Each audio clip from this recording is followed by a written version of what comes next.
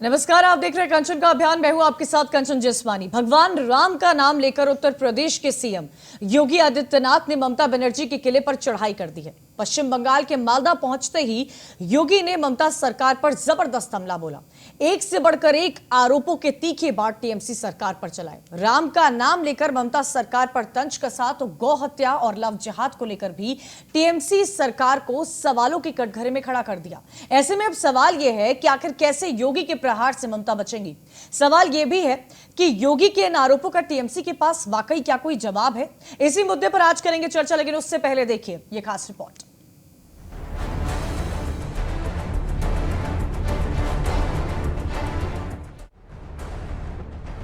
पश्चिम बंगाल के मालदा में आज सीएम योगी आदित्यनाथ ने हुंकार भरी। जय जय श्री राम, जय जय श्री राम। विधानसभा चुनाव की घोषणा के बाद भाजपा ने पश्चिम बंगाल के मालदा में सबसे बड़ी चुनावी रैली की। पीएम मोदी के बाद पार्टी के सबसे बड़े स्टार प्रचारक सीएम योगी आदित्यनाथ को मैदान में उतारा गया। भाजपा वहां के सियासी समीकरणों को अपने पक्ष में करने की रणनीति बना चुकी है।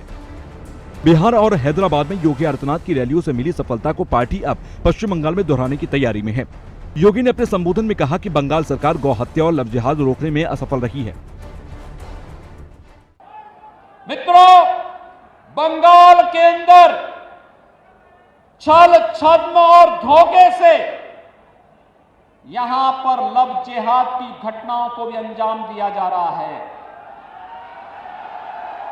हम लोगों ने यूपी के अंदर कानून बना दिया, लेकिन बंगाल के अंदर क्योंकि तुष्टीकरण की राजनीति है, न वह गौ तस्करी को यहां की सरकार रोक पा रही है और न ही लव जिहाद की उन घातक गतिविधियों को जिसका दुष्परिणाम आने वाले समय में बड़ा खतरनाक होने जा रहा है, वह यहां की सरकार इसको रोकने में पूरी तरह विफल है।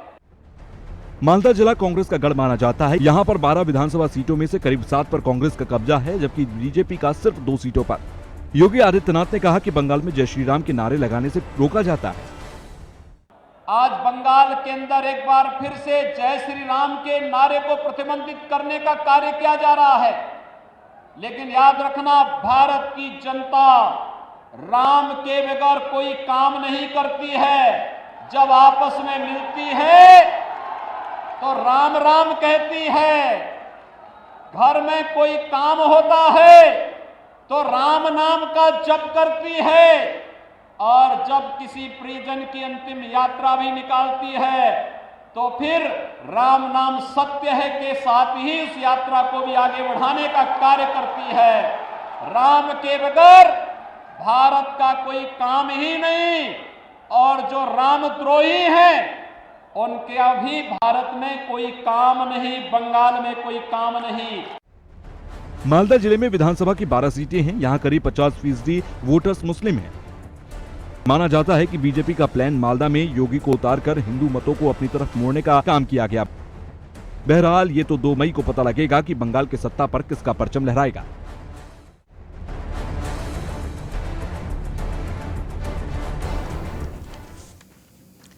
ममता के गढ़ में योगी की हुंकार। आज जैसे ही योगी आदित्यनाथ वहां पर पहुंचे थे, गौ हत्या लव जिहाद को लेकर कई अहम बातें कही है। जय श्री राम के नारे भी लगाए गए और भारी तादाद में लोगों का समर्थन उस रैली में योगी आदित्यनाथ को मिलता हुआ नजर आ रहा था। और इसी पर आज चर्चा करेंगे कि ममता के गढ़ में रहकर योगी ने जो हुंकार भरी है उसका असर क्या होगा, ये तो 2 मई को पता चलेगा।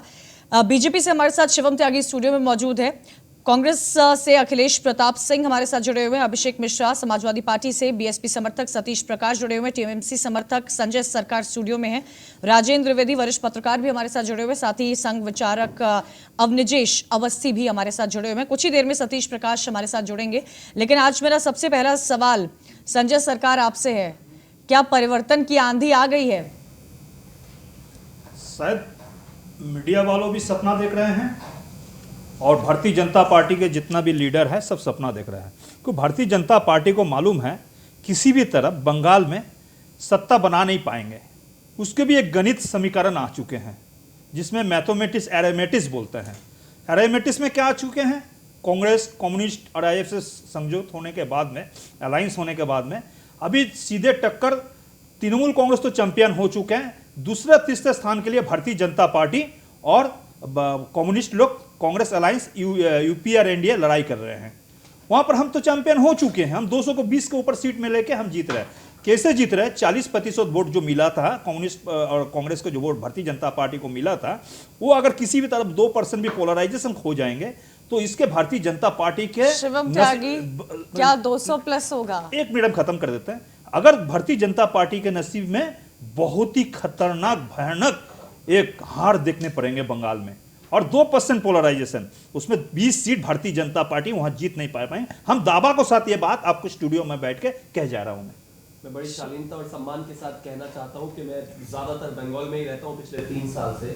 हालात ऐसे हैं कि अगर मैं कुछ भी चेंज ना करूं सिनेरियो में जो 2019 में था, तो उसके हिसाब से भी हम कहां पहुंचते हैं। 18 सीटों पर भारतीय जनता पार्टी है लोकसभा के हिसाब से। अगर मैं उनको विधानसभा में कैलकुलेट कर दूं तो दैट बिकम्स 132 सीटें विधानसभा के हिसाब से। अब ये कहते हैं कि पोलराइजेशन के हिसाब से 20 और आ जाएगी। ये विश्लेषक की तरह बात कर रहे थे, तो 20 और ऐड कर दीजिए। तो इन्होंने मुझे अपने आप ही बाई 152 पर पहुंचा दिया। तो अब आप समझ लीजिए उसके बाद 152 पर तो अभी चुनाव से 2 महीने पहले इन्होंने पहुंचा दिया। भारतीय जनता पार्टी मेरा भाई 200 प्लस के साथ आ रही है और 2 मई को अभिषेक मिश्रा, अभिषेक मिश्रा जी, भारतीय जनता पार्टी को अभिषेक भाई को मिश्रा जानकारी नहीं स्क्रीन पर लाइए, है। मैं देख नहीं पा रही हूं उनको। 121 सीट मेरा पर सवाल भारतीय जनता अभिषेक पार्टी मिश्रा आगे जी थे। से, क्या आपको मेरी आवाज मिल रही है अभिषेक जी? 164 क्या सीट धर्म के नाम पर राजनीति कर रही है भारतीय जनता पार्टी और इसीलिए एक के बाद एक कद्दावर नेताओं को भेजना पड़ा बंगाल में? देखिए, अभी मैं कम से कम न्यूज वन इंडिया को बधाई देना चाहूंगा कि आपने अपनी रिपोर्ट में जरूर सच दिखाया कि जिस तरीके से धर्म की राजनीति कर रही है, धर्म के नाम पे राजनीति कर रही है, ये कमाल की बात है कि पूरे भाषण में कहीं डेवलपमेंट की बात नहीं आई, कहीं इकोनॉमिक्स की बात नहीं आई, कहीं बिजली की बात नहीं आई, कहीं नौकरियों की बात नहीं आई, कहीं वैक्सीनेशन की बात नहीं आई। आप सिर्फ एक धर्म को मुद्दा बना करके अगर इस तरह राजनीति करेंगे तो ये दिखा रहा है कि भारतीय जनता पार्टी कितनी डेस्परेट है आज, कितनी ज्यादा अपने आप को कमजोर और मजबूर महसूस कर रही है बंगाल में, कि जहां प्रधानमंत्री जी ऑलरेडी काम कर रहे थे, गृह मंत्री जी कर रहे थे, उनके राष्ट्रीय अध्यक्ष कर रहे थे, भारत सरकार के सारे मंत्री लगे, कई मुख्यमंत्री लगे हैं, वहां एक उत्तर प्रदेश के मुख्यमंत्री को भी लगा दिया जिनसे अपना घर नहीं संभल रहा। उत्तर प्रदेश जिस लेवल का मैसअप है आज, जो 4 साल का ये टेन्योर है, तो आप कोई रिकॉर्ड उठा ले। कंचन जी बात पूरी करने यूपी का मॉडल पेश करेंगे, वैसे ही बनाएंगे बंगाल को भी जिस तरह से उत्तर प्रदेश का मॉडल रहा है।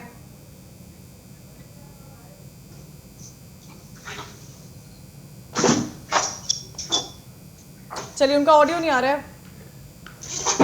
शिवम त्यागी, ऑडियो देखिए उनका। देखिए, सबसे पहले मैं ये कहना चाहता हूं कि जो अभिषेक जी ने कहा, तो कंचन जी उनको बात पूरी कर लेने दिया कीजिए, वरना आजकल समाजवादी का हाल ये हो गया है कि जरा से में कोई सवाल पत्रकार पूछ ले तो उससे तुरंत पूछ लेते हैं, बिक गए हो क्या? तो अच्छा किया उन्होंने आपके रिपोर्ट की तारीफ की, लेकिन एक सवाल अगर आप और पूछ लेती तो आज वही सवाल वो पूछ लेते आपसे। खैर, जहां तक बात है कि चुनाव प्रचार करने योगी आदित्यनाथ जी वहां जा रहे हैं, हम तो करते ही हैं सर सब जगह प्रचार। आपके नेता की तरह थोड़ी ना कि अगर यहां पर चल रहा है सब कुछ और वो चले जाए लंदन, तो हम तो रहते ही हैं जनता के बीच में। और जहां तक बात पोलराइजेशन की है, आदरणीय योगी आदित्यनाथ जी हमारे एक फायर ब्रांड नेता है, एक सबसे उत्तर प्रदेश जो सबसे बड़ा प्रदेश है देश में, उसके मुख्यमंत्री हैं, और उस नाते वो प्रचार करने जा रहे हैं। मुझे लगता है आपको भी जाना चाहिए, क्योंकि वैसी तस्वीरें तो इस देश ने बहुत सारी देखी है, हाथ से हाथ जोड़े हुए 50-60 नेता इकट्ठे खड़े हुए हैं, कभी कुछ नहीं हुआ उससे। अखिलेश प्रताप सिंह जी, कांग्रेस पार्टी में तो घमासान बचा हुआ है नेतृत्व को लेकर। यहाँ पर भारतीय जनता पार्टी की तरफ से एक के बाद एक कद्दावर नेता पहुंच रहे हैं, कांग्रेस पार्टी की तरफ से कब दिखाई देगा? क्योंकि प्रियंका गांधी पहले कांग्रेस, आप पूरा प्रश्न कर लें फिर मैं बोलना। प्रियंका गांधी तो यूपी में नजर आती हैं। बोलूं मैं? बिल्कुल बोलिए, आपका समय है। फिर मेरी आवाज इको कर रही, उसे जरा ठीक भी करा दें। देखिए, अभी 2-3 दिन पहले कांग्रेस की ज्वाइंट रैली हुई थी, संभवतः आपने न देखी हो तो अपने एंकरों से पूछ लीजिएगा, पूछने कांग्रेस कहाँ है। दूसरी बात, आपने जो शुरुआत की हम वहीं से शुरू कर रहे हैं, आदरणीय योगी जी के स्पीच से, और आपने अपने जो प्रोमो में सुनाया, उन्होंने भगवान राम का जिक्र किया और गाय का जिक्र किया। क्या आप बताएंगे या बीजेपी के लोग बताएंगे कि आदरणीय योगी जो खुद एक संत हैं, बंगाल जब गए और भगवान राम का स्मरण कर रहे हैं, तो उन्होंने क्या, बंगाल के प्रदेश भाजपा अध्यक्ष जिन्होंने कहा कि भगवान राम अवतार नहीं है, एक राजा हैं, पुरुषोत्तम राजा है, उनको मर्यादा पुरुषोत्तम है, एक राजा हैं, और भगवान मानने से इनकार कर दिया और कहा कि जो लोग मानते हो हमें आपत्ति नहीं है। क्या उन्होंने इस पे कोई आपत्ति की या इससे सहमति जताई? अगर आपत्ति तो नहीं की, सुनाई नहीं दी, इसका मतलब सहमति ही जताई। दूसरी बात, पूछा गया उनको, 3 दिन पूछा गया कि राम का मंदिर बन रहा है अयोध्या में, जिसका जिक्र अभी योगी जी ने कहा, उन्होंने कहा राम का महल बन रहा है। भाई ऐसी पार्टी जिस प्रदेश में योगी जी प्रचार करने जा रहे हैं, वहां का मुखिया भगवान राम के प्रति ऐसे शब्द बोल रहा है और योगी जी सहन कर ले रहे हैं। शिवम जी जवाब ये तो दीजिए। कुछ दिखावा लग रहा है। नहीं देखिए, मुझे ये सच्चा राम भक्त तो नहीं सहेगा इस तरह की बात। ये तो सत्ता का भक्त ही सहेगा इस तरह की बातें। इसका तीसरी जवाब बात देंगे आपने शिवम गौ त्यागी। की। कई सारे सवाल ये उठाए गौ- जा रहे हैं यहाँ पर। इतनी शालीनता, एक और बात कहूं, जी, इतनी शालीनता के साथ अखिलेश जी ने इस बात को कह दिया कि पूरी कांग्रेस पार्टी का राम से कोई लेना देना नहीं है, ये बिल्कुल नहीं मानते। देखो साबित कैसे किया। 2007 में राजमाता जी ने एफिडेविट दिया था कोर्ट में ये कहते हुए कि राम सेतु जो है काल्पनिक है, उसकी कोई बात नहीं हो सकती। उसके बाद राहुल गांधी जी ने कहा था कि मंदिर में लोग रेप करने जाते हैं, स्टेटमेंट ऑन रिकॉर्ड है।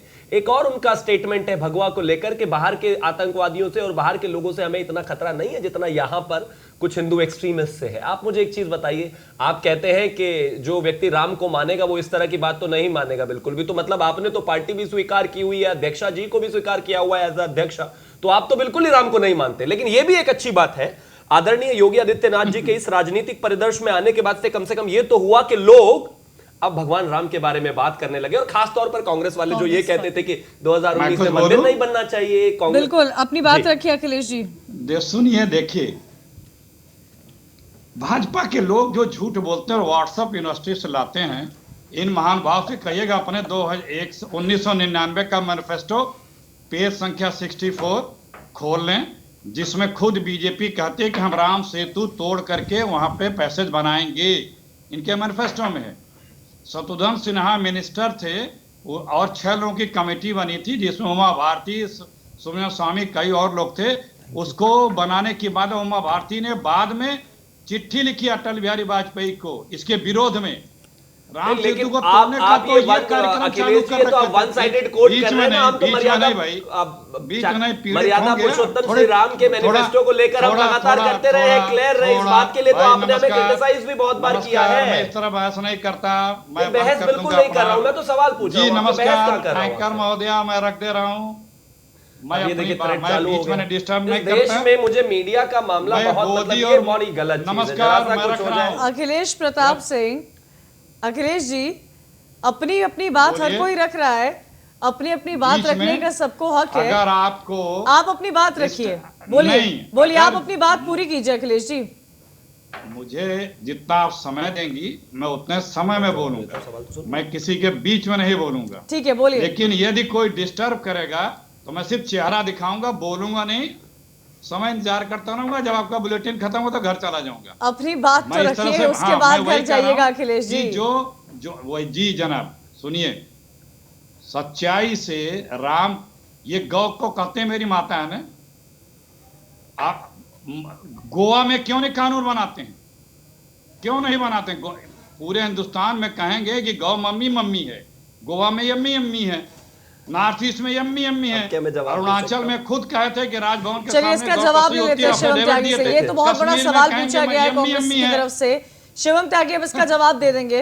नहीं देखिए, सबसे पहले तो मैं बड़ी शालीनता जो से कहना fact चाहता हूँ है, वो अखिलेश जी fact बहुत है। सीनियर है, मतलब उनकी बहुत तजुर्बा है और मैं उस बात का सम्मान करता हूँ। मम्मी अम्मी वो सब तो ठीक है, लेकिन आप गाय के बारे में बात तो कर रहे हैं और व्हाट्सएप यूनिवर्सिटी आपने मुझे बता दिया, और ये जो फेसबुक पर आम जगह जोक घूमते रहते हैं वो आप मार रहे हैं बैठकर, मम्मी है यम्मी है। और दूसरी बात, मैंने तो आपको कुछ कोट किया था, आप श्रीमती सोनिया गांधी जी को लेकर, राहुल जी को लेकर, उस पर जवाब नहीं दिया आपने, सवाल पर कोई जवाब ही नहीं दिया। और मैं जवाब देता हूं आपको, हाँ हम राम मंदिर के पक्ष में पहले दिन से थे और आज भी हैं। हाँ हम उसको लेकर कटिबद्ध थे और आप उसके अगेंस्ट में थे, गए थे कि कपिल सिब्बल सुप्रीम कोर्ट या नहीं गए थे? हाँ या ना में जवाब दे दीजिए, आप इसको फिर पलट कर कुछ और कह देंगे। ठीक है, आपने तो अब criticize ब्रजेश किया है अवस्थी भारतीय जी जनता से मैं पार्टी को इस पूछना बात के लिए चाहूंगी कितनी बार। कि गौ हत्या लव जिहाद और जय श्री राम के नारे भी लगे थे, लेकिन डेवलपमेंट के मुद्दे आज मिसिंग थे। ये मुझसे सवाल है। अवनीश अवस्थी जी से मेरा सवाल है कि क्या इसका जी कंचन जी सुन लीजिए। अखिलेश जी, आपको गाय याद आ रही है, भगवान श्री राम याद आ रहे हैं, वो फुरफुरा शरीफ क्यों नहीं याद आ रहा जिससे आपने अलायंस किया है, जो कहता है कि भारत, मैं अल्लाह ताला से दुआ करता हूं कि हिंदुस्तान के 40-50 करोड़ लोग ऐसा वायरस आए कि मारे जाएं, और उसके साथ आप गोट से मुर्दाबाद अलायंस किया। ये कौन सी राजनीति है? डेवलपमेंट की राजनीति है। गांधी जिंदाबाद। नहीं, आपने ये डेवलपमेंट प्रवचन शुरू करिए। ये बीच में क्यों बोल रहे हैं आप ही ने मेरा नाम लिया, बोले ना, मुझे बोलने को आमंत्रित किया। कैसे? अरे एक एक करके अपनी बात रखिए, जनता तक इस तरह बात नहीं पहुंच अखिलेश जी, आप वही आदमी है ना, आप वो आदमी है जो कमलनाथ, जिसकी पार्टी कमलनाथ कहता है कि मुझे 100% मुसलमानों के वोट चाहिए, और यहाँ पर बैठ करके लोग सरकार, शुभम सरकार कह रहे हैं कि धर्म की राजनीति करते हैं। सौगत राय इनके कहते हैं कि आओ मिलकर के इलेक्शन लड़ लेते हैं। टीएमसी, सीपीएम और कांग्रेस मिलकर के इलेक्शन लड़ते हैं। बिल्कुल, हम किसी से साथ लड़के नहीं चुनाव लड़ते। कर्नाटक में मेरे इतना ताकत बंगाल में हम अकेला लड़ सकते हैं, एक श्रेणी अकेला लड़ सकती है। एक मंच पर ममता बनर्जी, सोनिया गांधी अकेला लड़ सकती है, वो आपको मालूम पड़ गया। 500 का ऊपर आप लीडर लेके बंगाल में पहुंचे हैं, और एक श्रेणी अकेला लड़ रही है। सब एक हैं, एक लड़नी अकेला लड़ रही है। के लिए अलग अलग हो जाते हैं, वास्तव में हम अकेला ही लड़ेंगे और अकेला ही चुनाव लड़ेंगे। हम किसी से समझौता करके चुनाव नहीं लड़ेंगे जी, हम किसी से समझौता नहीं करेंगे। एक श्रेणी अकेला आपको 500 भारतीय जनता पार्टी को लीडर को नाक में दम दिला दिए हैं। ये बोलिए, स्वीकार कीजिए ना, बस थोड़ा स्वीकार करने से अच्छा लगता है। पत्र में आपके किसान कानूनों, किसान बिल के बारे में, किसान सुधारों के बारे में क्या लिखा था आपने? इसका जवाब हम देंगे। किसान के बारे में हम बता रहे हैं, सुनिए, मैं किसान क्रेडिट कार्ड 5 लाख रुपया के दिए हैं। कृषि कानून के बारे में क्या लिखा था? सुनिए, किसान क्रेडिट कार्ड बंगाल में हम किसान को 5 लाख के दिए हैं, महीना का 42,000, दिन के 1,400 रुपया, और आपने कितना दिया? 6,000 रुपया दिया, महीना का 500 रुपया, दिन में 16 रुपया 50 पैसा। मेरे अन्नदाता गरीब हो सकता है, भिखारी नहीं। आप भीख देने का काम करता है। भारतीय जनता पार्टी को जितना काम है भीख देने का काम करता है, और हमें, मेरे अन्नदाता को हम अन्न माता मानते हैं, और अन्न माता को आप भीख दे रहे हैं 16 रुपया 50 पैसा देके। हम 5 लोगों को किसान क्रेडिट कर दिए हैं। एक एक करके टीएमसी से भारतीय जनता पार्टी में लोग जाते जा रहे हैं। टीएमसी उन्हें रोक भी नहीं पा रही है। स्थानीय वर्सेस बाहरी, ये क्या मुद्दा है? क्या देश का कोई भी इंसान बाहरी हो सकता है? क्यों हम रुकेंगे? मैं 78,000, क्या देश का, क्या हिंदुस्तान का कोई भी शख्स बाहरी हो सकता है? हम सारे हिंदुस्तान से हैं। एक सवाल के एक जवाब हमको देने के लिए वक्त दीजिएगा। अगर लोकतंत्र में चौथा स्तंभ में हम छोटा पार्टी है, तो भी हमको मौका मिलना चाहिए। मैंने कहा था आपको मिलना चाहिए। ये मीडिया की तरफ को तो सबसे पहले उंगलियां जो भी बोलेंगे, अगर आपने इनको रोक भी दिया ना, मिलने चाहिए। आप इतनी देर, आप इतना तो बताइए ना, स्थानीय वर्सेस बाहरी क्या है? क्या हिंदुस्तान का कोई बाहरी हुआ? नहीं, आपको पहले जवाब देता है। जो नेता बाहर निकाल के जाता है उसको लिए क्यों हम रुकते नहीं? हम चिल्लार को नहीं रुकता है। वो नेता ममता बनर्जी तैयार किए थे, ममता बनर्जी उस नेता को तैयार किए थे, जब तक ममता बनर्जी तैयार किए थे। 78,903 बूथ का कार्यकर्ता उसको तैयार किए थे, ममता बनर्जी तैयार किए थे। वो चिल्लर हमके लिए सब के आरोप ममता बनर्जी, अभिषेक मिश्रा चिल्लर होता है। और बंगाल में, एक मिनट हमको खत्म करने दीजिए। और बंगाल में जो आप बोल रहे हैं ना, यूपी मॉडल लगाएंगे, आप तो यूपी मॉडल लगाएंगे। आप यहाँ का 8 पुलिस कर्मियों को माफिया दर हत्या करा देते हैं। ऐसी क्या जरूरत पड़ी भारतीय जनता पार्टी को कि ममता बनर्जी के सामने? प्रधानमंत्री मोदी जब बिहार के चुनाव थे तो अमित शाह बिहार छोड़कर बंगाल पहुंच गए थे, जेपी नड्डा पहुंच गए हैं, योगी आदित्यनाथ पहुंच गए हैं। कंचन जी, सवाल दोबारा दोहराइए, क्योंकि पीछे कोई सरकार साहब बोल रहे थे, आपकी आवाज नहीं आ रही थी। ऐसी क्या जरूरत पड़ी भारतीय जनता पार्टी को कि एक के बाद एक दिग्गज नेता पहुंच गए हैं? अमित शाह जब बिहार का चुनाव था तो बंगाल में पहुंचे हुए थे, जेपी नड्डा पहुंचे, प्रधानमंत्री मोदी पहुंचे थे, और अब योगी आदित्यनाथ। देखिए, वो तो उनका इंटरनल पार्टी मैटर है। अगर पार्टी का एक अपना असेसमेंट है कि हमारा ये नेता नहीं काम कर रहा, प्रधानमंत्री से नहीं काम चल रहा, तो शायद वो नड्डा साहब को भेज देंगे। नड्डा साहब से नहीं चल रहा होगा तो योगी जी को भेज देंगे। सवाल ये तो इंटरनल पार्टी मैटर है, भारतीय जनता पार्टी वाले उसको पूछे। मेरा आपत्ति इस बात से है कि जिसका काम उत्तर प्रदेश गवर्न करना है, उत्तर प्रदेश जिस हालत में आज है, चाहे इकोनॉमिक फ्रंट पे आप 4.4% फिस्कल डेफिसिट पे, रेट ऑफ ग्रोथ पे खड़े हैं, 90,000 करोड़ के फिस्कल डेफिसिट पे खड़े हैं, 1,16,000 करोड़ के रेवेन्यू लॉस पे खड़े हुए हैं। आप जो लॉ एंड ऑर्डर की स्थिति, आज हाथरस की घटना आप देख लीजिए, बच्चियां सुरक्षित नहीं, महिलाएं सुरक्षित नहीं, जिनको अपना घर संभालना चाहिए, अपना घर छोड़ करके बंगाल चले गए लोग। बिहार जाते हैं तो कहते हैं कि वैक्सीन मिलनी चाहिए। चुनाव में बात सुन लीजिए, बड़ी शालीनता के साथ जनता का ही मैंडेट आपको बता देता हूं। इसी जनता ने साबित किया है 2017 में, 2017 के बाद इसी जनता ने साबित किया 2019 में, और अभी कुछ महीने पहले ही चुनाव हुआ है। आपका मॉडल क्या है, मेरा मॉडल क्या है, ये जनता ने तय कर दिया। 7 में से 6 सीटें भारतीय जनता पार्टी को दे दी। आदरणीय योगी आदित्यनाथ जी के काम से अगर जनता इतना ओपन बायस ठीक नहीं है। उत्तर प्रदेश देख रहा है। कंचन जी, मैंने कहा था अभिषेक जी, ये ऐसे नहीं हो सकता। ये दिखाओ बोलेंगे अभी, बस कुछ ही देर में मुझे तो लग रहा था कि आप मुझे बोलेंगे जो तमाम कोई एक प्रवक्ता ऐसा बता दीजिए अपनी जी को छोड़ के जिसने चैनल को या एंकर को ना टारगेट किया हो, एक बता दीजिए। अनबायस्ड है। सवाल भारतीय जनता पार्टी से भी पूछे गए थे कि डेवलपमेंट के मुद्दे पर बात नहीं की, तब तो आपने जिक्र नहीं किया। बात ही नहीं आने दे रही सामने। तब तो आपने नोटिस नहीं किया जब मैंने सवाल पूछा था शिवम त्यागी से कि मुझे लगता है उत्तर प्रदेश देख रहा हो, मैं चाहता हूं उत्तर प्रदेश देख रहा हो कि न्यूज़ वन इंडिया किस तरीके का बायस डिबेट आज कर रहा है। अभिषेक जी देखिए, तब तो आपने नहीं कहा कि डेवलपमेंट के मुद्दे पर, जब यहां से स्टूडियो से एंकर चिल्ला के बोल रहा था कि डेवलपमेंट के मुद्दे पर आज बात नहीं हुई है, तब तो अभिषेक मिश्रा ने नहीं बोला था कि वाह क्या बात है, जो बाकी चैनल्स पे आप देखते हो यहाँ नहीं देखने को मिला। नहीं अभिषेक जी, ऐसे पर्सनल कमेंट्स नहीं। I seriously object. No. Personal, no personal. मैं पार्टी की लाइन आप रखने I don't have an ideology related to any party, Abhishek ji. I just don't have. That is perfectly fine. Suit yourself. That is perfectly fine, Kanchan ji. I am not a spokesperson. No. I understand you're not a spokesperson, but I am a spokesperson.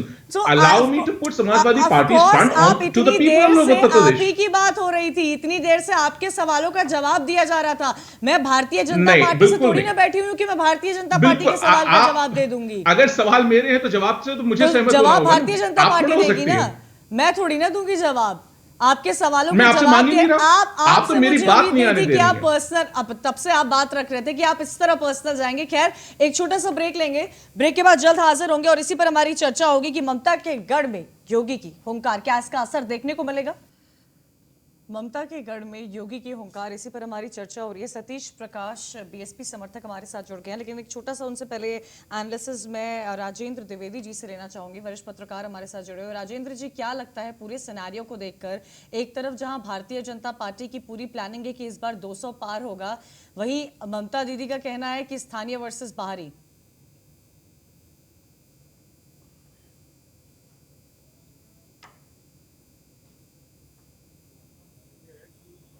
जनता आपकी दिख रही है, भीड़ जो दिखाई दे रहा है, जैसे उन्हीं के आज रैली के बाद से योगी को सबसे महत्वपूर्ण तो हमने भीड़ जो देखा भी है। नंबर 1 कि मोदी के बाद सबसे ज्यादा डिमांड योगी की है। दूसरी बात है कि नाथ संप्रदाय के काफी भागों में संघर्ष कर रहा है, उसका एक अपना अंदर के इतिहास है। नाथ संप्रदाय ने ऑडियो क्लियर नहीं आ रहा है मुझे, ऑडियो क्लियर इनका कर देख लीजिए एक बार हो जाए तो। सतीश प्रकाश से मैं स्टेटमेंट देना चाहूंगी। सतीश जी, क्या लगता है आपको कि जिस तरह से भारतीय जनता पार्टी के एक दिग्गज नेता, फायर ब्रांड नेता पहुंच रहे हैं बंगाल में, ममता के गढ़ में, क्या उसका असर देखने को मिलेगा? क्योंकि भारतीय जनता पार्टी का तो साफ तौर से कहना है कि इस बार मिशन 200 प्लस पर पार्टी की उम्मीदें हैं। ये थोड़ा सा संजय की आवाज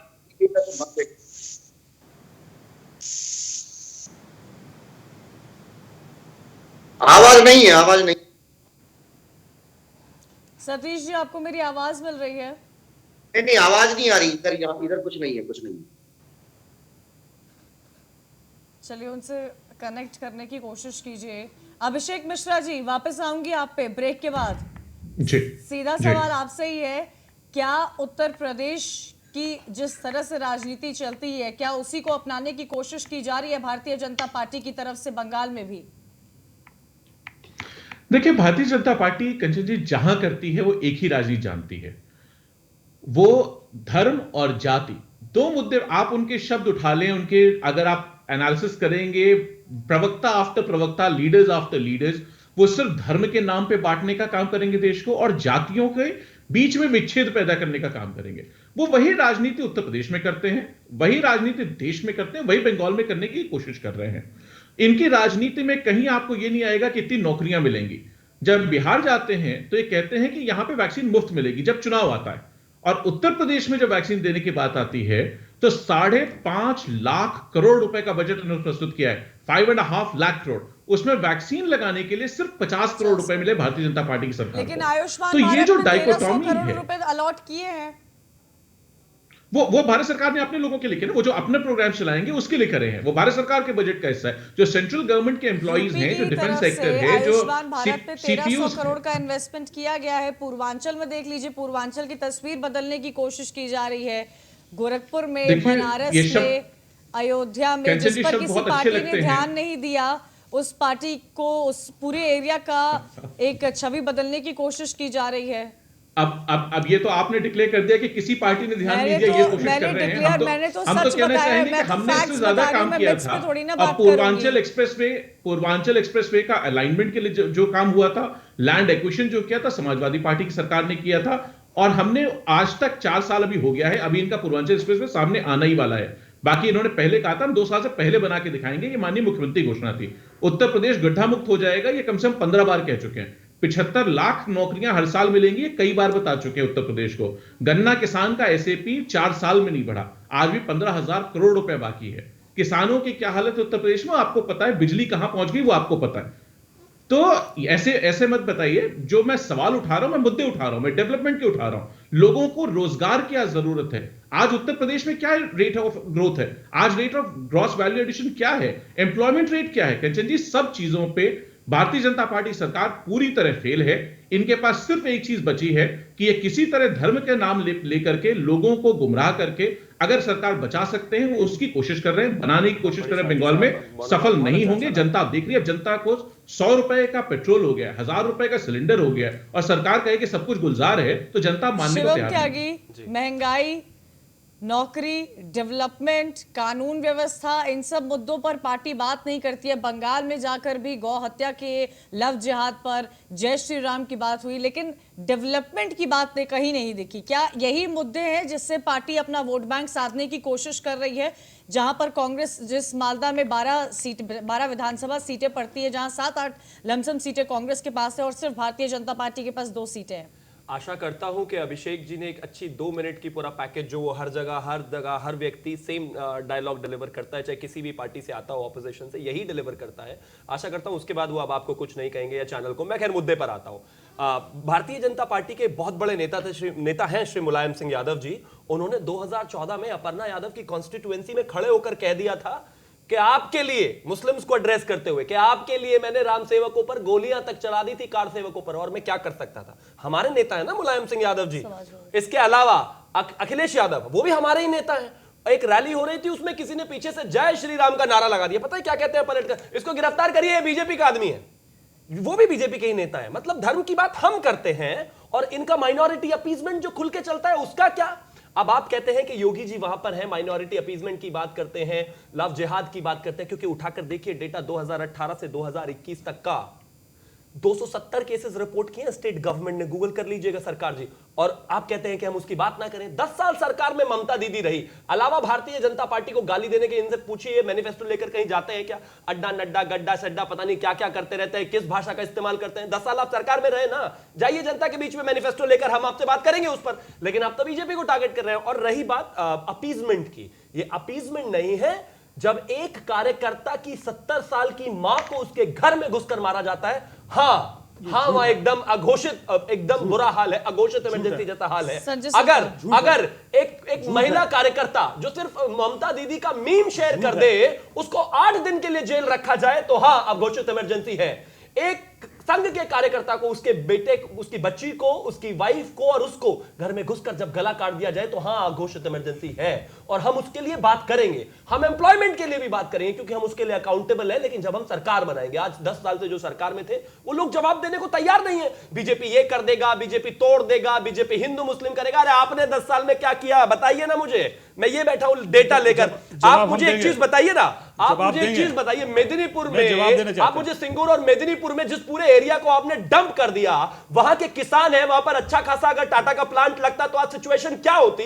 वो जमीन भी हो गई, उस पर प्लांट भी बन गया। अब उस प्लांट में ना तो वहां प्लांट है, ना वहां कुछ किसानों के लिए कुछ हो सकता, ना वहां फसल उगाई जा सकती है। किसानों के लिए क्या किया आपने? सतीश प्रकाश कुछ कह रहे हैं, उनका ऑडियो आप कीजिए। सतीश प्रकाश, मेरे को जवाब देना। सतीश प्रकाश जी की मैं आवाज नहीं सुन पाई, उनसे स्टेटमेंट नहीं ले पाई। सतीश प्रकाश जी बोलिए। नहीं, मैं ये कह रहा हूं कि आप वही से ये कहा, पश्चिम बंगाल में पहले बीजेपी की सरकार बनाओ, तब ये पश्चिम बंगाल के रोजगार की बात करेंगे। अरे जो जो राज्य बीजेपी के राजनीतिक हरम में पड़े हैं, उत्तर प्रदेश में क्या राजनीतिक हरम में जनता को डाल देते हैं। योगी जी आज कहां घूम रहे हैं, है ना? तमाम प्रदेश की जनता को गुंडे मवाली बदमाशों के हवाले करके आज आप भाषण दे रहे हैं कानून व्यवस्था बिगड़ने और सुधारने कानून व्यवस्था पश्चिम बंगाल के अंदर हमारे कांग्रेस के मित्र आने नहीं दे रहे। एक ऑफिशियल अपराधी के लिए 36 बार गाड़ी जा चुकी है हमारी भाई। सुप्रीम कोर्ट में खड़े होकर जब लीगल काउंसिल उनके लिए बहस करते हैं तो कहते हैं कि मुख्तार को लाने नहीं देंगे। ये डर है कानून व्यवस्था का। क्या बात कर रहे हैं आप? इसी कानून व्यवस्था में लीडर ने राम द्वारा सीता जी को वनवास के ऊपर इतना कहना प्रहार किया है, उसका जवाब किसी के पास नहीं होगा। और आप गाय बचाने की बात करते हैं, उत्तर प्रदेश में तमाम गाय सड़क के ऊपर है, रोज एक्सीडेंट होते हैं गायों की वजह से भी। देखिए सतीश प्रकाश जी, मुझे इस बात की खुशी है, आज मुझे इस बात की खुशी है कि योगी जी के आने के बाद से परिदृश्य बदला है। तिलक तराजू और तलवार, उनको मारो जूतो चार कहने वाले आज गाय की बात कर रहे हैं। चलो अच्छी बात है, कम से कम आपको उसका महत्व समझ तो आया। आज कम से कम आप इस बारे में बात कर तो रहे हैं। योगी जी उत्तर प्रदेश के इलेक्टेड चीफ मिनिस्टर है, पूरे हिंदुस्तान के तमाम जगहों पर सर्वे हुआ है, सबसे फेमस चीफ मिनिस्टर है। और कानून व्यवस्था की जो सिचुएशन है वो आज 2021 में मैं आपको खड़े होकर कह सकता हूं कि बहुत बेहतर है। आज अपराधी डरता है, आज उसको बचाया नहीं जाता, उसको पंजाब में संरक्षण नहीं दिया जाता, उसके लिए उसको बराबर में सीट देकर गद्दी नहीं दी जाती, उसको चुनाव नहीं लड़वाया जाता। मेरी पार्टी के एक विधायक को मारने वाला और उसमें उसका नाम आने वाले व्यक्ति को पंजाब में लेकर बैठे हुए हैं कांग्रेस वाले। कहिए ना, लाए इधर, लाए ना उत्तर प्रदेश में। अगर हमारा लॉ एंड ऑर्डर खराब है तो डर किस बात से रहे भैया? डर किस बात से रहे? किसने बनाया आतिक अहमद को बताइए ना, किसने बनाया मुख्तार अंसारी को बताइए ना। अरे आप ही लोग तो हैं जो टिकट ले लेकर यहाँ लेकर आए उनको। संजय सरकार क्या डेटा ढूंढ रहे हैं सर आप? संजय जी मैं गूगल कर रहे हैं। मैं गूगल नहीं कर रहे हैं। मेरे भाई शिवम जी एक बहुत बड़ा झूठ बात बोले हैं और उनको पोता जो है वो पोता उसको जवाब दे रहे हैं, जो 70 साल के बच्ची को बारे में बोल रहे हैं। बोले मेरे जो दादाजी जो है सारे देश के मीडिया ने चलाया है, दादी जी कार्यकर्ता उसको पीट कर बेचारे को कुछ भी। मैं तो अपने देश की मीडिया को मानता हूं, सारे देश के मीडिया। अरे मुझे पता है ना, मैं कहता हूं मेरे तो सारे देश के मीडिया चैनल्स ने दिखाया है। मैं तो रोज सुबह टीवी उठकर खोलकर देखता हूं, 10 मीडिया चैनल्स जिस तरह से चीजों को बताते हैं मैं उसको विश्वास करता हूं। अब आप अपने कार्यकर्ता को मोबाइल लेकर भेजोगे और पीछे से 2 थप्पड़ मार के कहोगे कि ये रिकॉर्ड कराओ, तो कराना पड़ेगा बेचारा, क्योंकि आप तो ऐसे ही करते हैं ना। नहीं, आपको चीज बताते हैं। 70 साल की महिला को क्यों मारा गया बताइए? हम मारे हैं और उसको परिवार बोल रहे हैं। अगर आवाज है तो सुनाइए इसको, सुनाइए उसको। दोनों पोता बोल रहे हैं, ये झूठ बोल रहे हैं, ये झूठ बोल रहा है। मेरा परिवार राजनीतिक से कुछ मात नहीं है। मेरे दादी को बारे में जो बोला है ये झूठ बात है, बड़ा झूठ बात है। ये इसको दोनों पोता का प्लान है, हमारी और बंगाल का विकास के बारे में जो बोल रहे हैं शिवम त्यागी जी, वो सब तो झूठ बोल रहा है। हम 10 साल में 94 लाख आदमी को नौकरी दिए हैं। हम 94 लाख आदमी को 10 साल में नौकरी दिए हैं। 1 लाख किलोमीटर ग्रामीण रास्ता बनाए हैं। 2 करोड़ आदमी को घर में हम बिजली पहुंचाए हैं। हमने पहुंचे कन्याश्री मैंने दिया है। 18 साल तक उसको जता तो 25 साल आयुष्मान को दिया। अरे आयुष्मान को क्या दिया? हम 2011 में हम तो किसान हम तो किसान क्रेडिट कार्ड 5 लाख का दिए हैं। हम 5 लाख का किसान क्रेडिट कार्ड दिया है, आपने दिया है। आप 16 रुपए बचत दिया है। अगर 5 किसान को सोलर को 50 चला भी गया तो हम 14 रुपए दिन के दे रहे हैं। हम किसान को 50 दे रहे हैं। हम कितना दे रहे हैं? किसान बीमा दे रहे हैं। किसान बीमा हम दिया, आप दिए हैं। हेल्थ कार्ड मैंने 5 कर दिया, हेल्थ कार्ड 5 लाख रुपया का दिया है, वो भी दे दीजिए ना। 5 लाख रुपया का दिया आपने दिया है क्या? दिया है कि आपने चुरा चुरान में लाकर क्या बंगाल में नौकरी किसने दिया? आयुष्मान जो केंद्र की नीति है, अगर वो बंगाल को मिल जाएगी तो नुकसान हो जाएगा, नुकसान हो जाएगा, 60% सेंट्रल, 40% नुकसान हो जाएगा। मैंने 5 लाख मैंने मान लिया, और दे दीजिए, और देने का दिया। यूपी ने क्या दिया? यूपी में कितना इंडस्ट्री बनाया? यूपी ने क्या बनाया? पुलिस का 3 द्वारे माफिया गोली करके मारता है, बदायूं का हत्या और ये बंगाल पर बात कर रहे हैं, बदायूं को उठा रहे हैं, टेंशन मत लीजिए। इतना पैनिक क्यों कर रहे हैं? योगी जी अभी वही रहने वाले हैं, टेंशन मत कीजिए। वही जय श्री राम होगा, वही जय श्री राम होगा, वही जय श्री राम होगा, वही जय श्री राम। घबराइए मत, दीदी से कहिए घबराइए मत, घबराइए मत। सबसे बड़ा जमीन गुजरात में किसने सबसे बड़े मुख्यमंत्री बात कर रहे हैं, वही जय श्री राम होगा, घबराइए मत। भारतीय जनता पार्टी का कह दीजिए वही रहने वाले हैं। 17 करोड़ कार्यकर्ता है, 17 करोड़ हरियाणा के आदिवासियों को जमीन, वही रहने का जमीन खा गया। किसने बोला? मनसुख भाई वसावा ने बोला, हमने नहीं बोला है। मनसुख भाई वसावा भरूच को 6 बार का सांसद है, बोले जमीन सबसे बड़ा घोटाला है। बंगाल की बात नहीं कर रहे, यूपी आएंगे, भरूच आएंगे, विकास का नमूना दे दिया, हिंदुस्तान में हाथ रखेंगे, लेकिन बंगाल में नहीं आएंगे। पंजाब बंगाल में चुनाव है, जवाब दीजिए क्या किया? बंगाल जवाब दीजिए क्या किया? बंगाल में 94 लाख आदमी को 10 साल में देते नहीं है, क्यों नहीं करते? सतीश प्रकाश जी, शिवम जी, आप सतीश प्रकाश जी, संजय सरकार, शिवम त्यागी, 94 लाख आदमी को एक सेकेंड, संजय सरकार, मेरा सवाल सतीश प्रकाश जी से कुछ कहना चाह रहे हैं, वो काफी देर से उन्होंने अपना हाथ उठाया हुआ है। जी अपनी बात रखिए सतीश प्रकाश जी। नहीं देखिए, मैं एक बात जरूर कहूंगा। देखिए चुनाव है और चुनाव को चुनाव के तरीके से लेना चाहिए। यहाँ शिवम त्यागी जी जिस तरह की भाषा पश्चिम बंगाल के लोगों के लिए बाल रहे हैं, देखिए पश्चिम बंगाल के इतिहास को भी जानो। ये एक ऐसा राज्य रहा है कि जहां अंग्रेजों के खिलाफ लड़ाई का ताना बाना बुला गया। शिवम त्यागी जी, बंगाल अपने आप में पहचान है, उसकी एक भाषाई पहचान के साथ साथ उसकी चमचागिरी किया है आरएसएस। आप देख लेना कि ये जो काले अंग्रेज, मैंने तो बंगाल के लोगों के लिए बड़ी शालीनता और सम्मान से बात की है। मैंने तो बड़ी शालीनता से, भाई मेरा कार्यकर्ता तो दीदी के बराबर में खड़े होकर भगवान राम का जिसको बोलता है, आज बेशक 2 हो सरकार की, लेकिन अभिषेक मिश्रा लगता है मैं उनको सुन रहा हूँ ना। मेरा तो कार्यकर्ता बड़ी शालीनता से खड़े होकर जय श्री राम कह रहा था। पता नहीं दीदी को ऐसा क्या हुआ, तो जय श्री राम, पता नहीं दीदी को इतना गुस्सा क्यों आ रहा है। जय श्री राम, अभिषेक चंद्र बोलता है, क्या जय, एक करके बात कीजिए, आप लोगों की आवाज नहीं पहुंच पाएगी। अभिषेक मिश्रा जी, क्या जय श्री राम करके बंगाल में परिवर्तन आएगा? जय श्री राम एक संस्कृति से जुड़ा मुद्दा है, हमारी आस्था से जुड़ा है, हमारे भक्ति और उस भावना से जुड़ा मुद्दा है।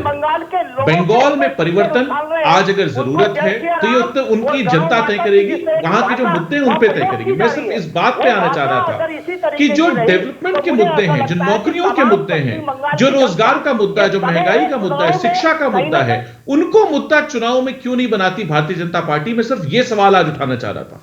भारतीय जनता पार्टी, उत्तर प्रदेश की सरकार जितनी बड़ी फेल्योर है इन मुद्दों पे, आज तक कोई 4 साल इतने खराब इकोनॉमिक परफॉर्मेंस के नहीं रहे, एम्प्लॉयमेंट की नजर से नहीं रहे, इन्फ्लेशन की नजर से नहीं रहे, इलेक्ट्रिसिटी सप्लाई की नजर से नहीं रहे, रेवेन्यू जनरेशन की नजर से, इनकी अपनी रेवेन्यू जनरेशन में उत्तर प्रदेश में 1,16,000 करोड़ का डाउनफॉल है। यूपी में 14 घंटा पावर नहीं रहता। बदायूं में जाइए, मऊ में जाइए, बनारस के साइड में जाइए, मैं न्यूज़ वन इंडिया के पीसीआर से गुजारिश करूंगा, कोई आकर इनको बता दीजिए, मालवा बंगाल से आए हैं, प्रदेश का नाम बदनाम कर रहे हैं। 14 घंटे बिजली, 14 मिनट नहीं जाती उत्तर प्रदेश में, बदायूं में, बनारस में, आप लोगों की बात क्लियर नहीं पहुंच पाएगी। जहां पर बिजली नहीं रहता, 24 घंटा बिजली रहता है। ये दीदी का देन है। 2 लाख आदमी, 2 करोड़ आदमी को घर में दीदी बिजली पहुंचाए हैं, जो 1 लाख ग्रामीण रास्ता बनाया है, 16 लाख आदमी को नौकरी दी है। और आपको जोगी जी यूपी को इतना अच्छा किए हो, माफिया को द्वारा पुलिस को हत्या करा दिया है। इतना अच्छा किए हो तो काम कर रहे हो, डर क्यों रहे हो इतना भाई? यूपी में कितना अगर इतना काम किया है तो जनता के बीच में काम बताओ जाकर। ये योगी जी से डर रहे हैं, मोदी जी आ रहे हैं, नड्डा जी आ रहे हैं, अमित शाह जी आ रहे हैं, क्यों आ रहे हैं? बाहरी है। अरे काम किया है तो काम बताओ ना, कौन आ रहा है, कौन जा रहा है, क्या दिक्कत है? ममता दीदी भी आई थी दिल्ली में प्रधानमंत्री बनने, किसी ने कुछ कहा क्या? हमने तो उनके ऊपर पत्थर नहीं चलाए। आपके राज्य में नड्डा जी के ऊपर पत्थर चल गए, आपकी ये लॉ एंड ऑर्डर है। हमने तो पत्थर नहीं चलाए। आइए जिसको आना है चुनाव लड़ने, जहां लड़ने आने वहां लड़ने आइए। डेवलपमेंट किया होता तो ये हाल नहीं होता। और उत्तर प्रदेश के बारे में ऐसी झूठी बातें मत कहिए। 14 घंटे छोड़िए, 14 मिनट बिजली नहीं जाती उत्तर प्रदेश में। ममता दीदी का राज नहीं है यहाँ पर। जो धानों को कीमत दे न सके वो किसानों को कीमत कहा जाने, जो भगवान से सौदा करते हैं वो इंसानों को कीमत कहा जाने, जो धान को कीमत दे न सके। सरकार साहब हम ही हैं जो राम मंदिर के लिए लड़े हैं। आप तो वो लोगों के ग्रुप के हैं जो हमेशा अपोज करते थे।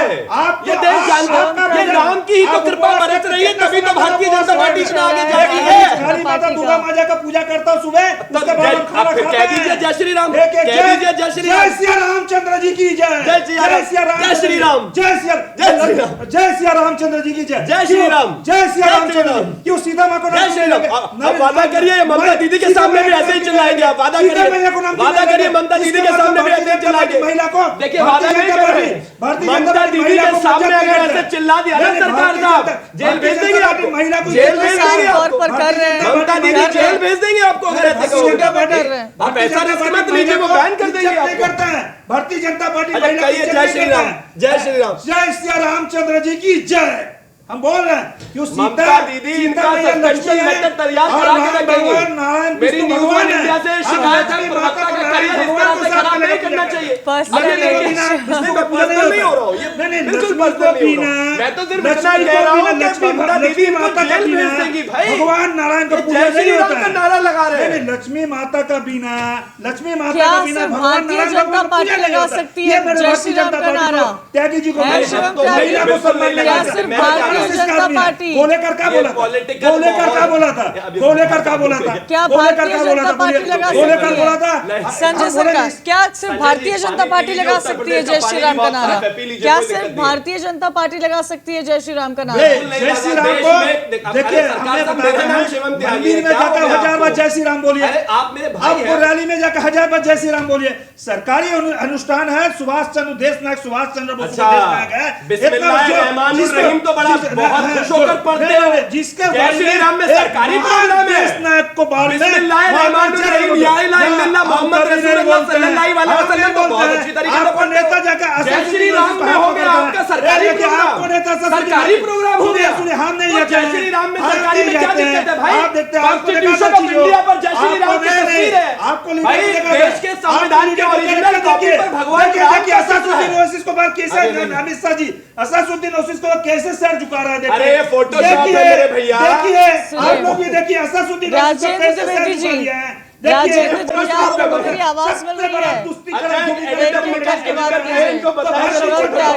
संजय सरकार, राजेंद्र द्विवेदी, आज से समय की कमी है। देखिए आप लोग भी कैमरे के सामने देखिए अमित शाह कैसे असादुद्दीन समय की कमी है। सर झुका के बोल रहा भाई असास भाई हमको चुनाव जिताइए, हमको रखिए, जरूरत पड़ेगा हम भी एक टोपी पहन के आपको साथ घूम लेंगे। ये तो इनको चरित्र कैरेक्टर है भारतीय जनता पार्टी का। हम दिखा रहा है ये तस्वीर दिखाइए, अच्छा तरह से तस्वीर दिखाइए, इसको कैरेक्टर दिखाइए। डर क्यों है भाई? पार्टी आइए चुनाव लड़ेंगे, आपकी तरह टोपी पहनेंगे नहीं, जाके आपकी तरह टोपी नहीं पहनेंगे, अच्छा रहेंगे, आपकी तरह टोपी नहीं पहनेंगे। आपको टोपी पहनने दो, कलमा पढ़ जय श्री राम से डरते हो आप। और चुनाव तो लड़ेंगे भाई, सब लड़ेंगे। अब ये देखिए अमित शाह जी से डर है, नड्डा जी से डर है, मोदी जी से डर है, योगी जी से डर है। सुनिए, अरे 2 मई का इंतजार और कर लीजिए। और ये फोटोशॉप तस्वीरें दिखा कर देश को भ्रम में डाल दीजिए। कुछ नहीं होने वाला, जितना कार्यक्रम है कुछ नहीं होने वाला। भारतीय जनता पार्टी 225 सीटें लेकर आ रही है, सेंटर में हाथ जोड़ रहे हैं। इसको दिखाना, अपना मैनिफेस्टो दिखाया होता, 10 साल में क्या किया है वो दिखाया होता तो जनता समझती भी। बिरयानी खिलाइएगा। मेरे प्रधानमंत्री नवाज शरीफ को घर से बिरयानी खा के आया है, तो क्या हो गया? आप मेरे को बिरयानी खिलाइए। तो क्या दिक्कत है भाई? क्या परेशानी है? क्या परेशानी? मतलब हिंदुस्तान में टोपी पहन के घूमेंगे मुसलमान वोट लेने के लिए भी। हम वैसे नहीं करते हैं, हम कोई संप्रदाय के पास नहीं जाते हैं, कोई संप्रदाय के पास नहीं जाता है, बीजेपी नहीं जाते हैं। हम विशेष कोई संप्रदाय के ऊपर राजनीति नहीं करते हैं। देखिए कितना झूठ बोल रहे हैं, अपनी पार्टी को एक्सपोज नहीं करते हैं। टोपी भी पहनते हैं ये लोग, कलमा भी पढ़ते हैं ये लोग, हम नहीं पहनते भाई। ये देखिए नरेंद्र मोदी और अमित शाह जी का टोपी भी दिखा देता है आपको। अच्छा वो भी एडिट करके लाए हो क्या? वो भी एडिट करके लाए हो? एडिट नहीं, आज ये एडिट बहुत करके लाए हो। अरे हमारे देश, मेरे देश के तो नेताओं को सिर्फ इसीलिए तो गाली दी जाती है कि उन्होंने टोपी पहनाने का काम नहीं किया। आप ही तो वो लोग हैं। सच्चाई में आप ही सच्चाई से जोड़ते हैं। जिस क्रांति में हम हिंदुस्तान को क्रांति दिखाया। अच्छा हिंदुस्तान की क्रांति। हिंदुस्तान। अच्छा तो इतना फिर डरते क्यों है बताइए, इतना डरते क्यों है? अच्छा एडिटर ने भेजा नहीं क्या? टोपी पहनने वाला देखिए, आप लोग देखिए टोपी पहनने वाला। मीडिया भाई अच्छा तरफ से थोड़ा स्क्रीन में दिखाइए टोपी पहनने को। अखिलेश जी दिखाइए समय की कमी है संजय सरकार। मुसलमान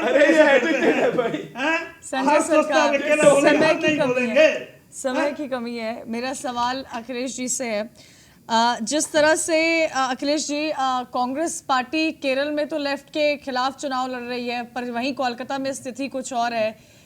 क्लियर नहीं समझ में आ रहा है, क्या कांग्रेस पार्टी कंफ्यूज हो गई है? क्योंकि प्रचार तो भारतीय जनता पार्टी टीएमसी की तरफ से साफ तौर पर देखा जा सकता है, लेकिन कांग्रेस पार्टी उस तरह से नजर नहीं आ रही है।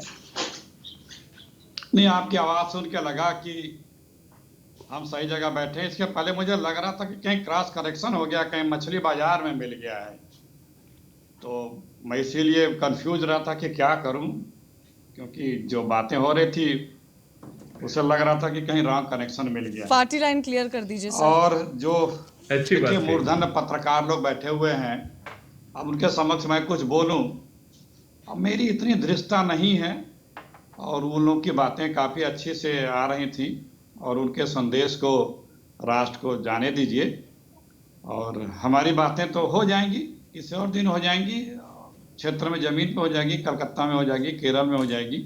आज यहाँ जो लोग मूर्धन्य पत्र प्रवक्ता बैठे हैं, उनकी बातें सुनने का भी तो थोड़ा सा लाभ मुझे मिलना चाहिए। मेरा समय उन्हें दे दीजिए। बिल्कुल, सुनिए शिवम त्यागी, क्लोजिंग कमेंट कर दीजिए।